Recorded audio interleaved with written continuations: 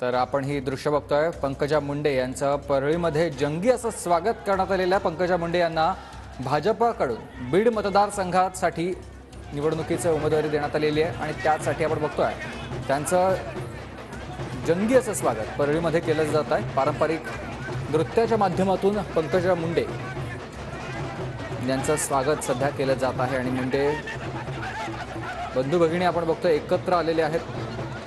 मागच्या निवडणुकीत जे बंधू भगिनी वेगवेगळे पक्षांमध्ये विरोधात ठाकले होते तेच बंधू भगिनी आता एकत्र आलेले पाहायला मिळतात। पंकजा मुंडेंचं परळीमध्ये जंगी असं स्वागत करण्यात आलेलं आहे। मुंडेंना ऐतिहासिक विजय ओवाळणी म्हणून देणार असं वक्तव्य केलेलं होतं।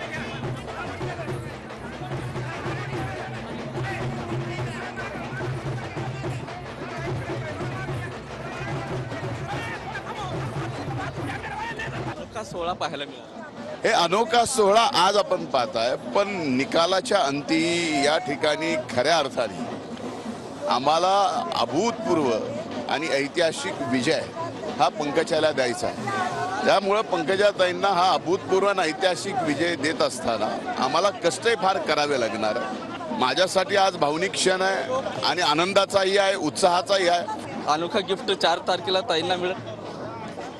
माझ्या जीवनातली ऐतिहासिक भावाची जी बहिणीला ओवाळणी असते ती ऐतिहासिक विजयातून मला द्यायची आहे। तर 4 तारखेपर्यंत थांबा। नाही, 4 तारखेला भावाकडनं एक अनोखी ओवाळणी मिळणार आहे तुम्हाला।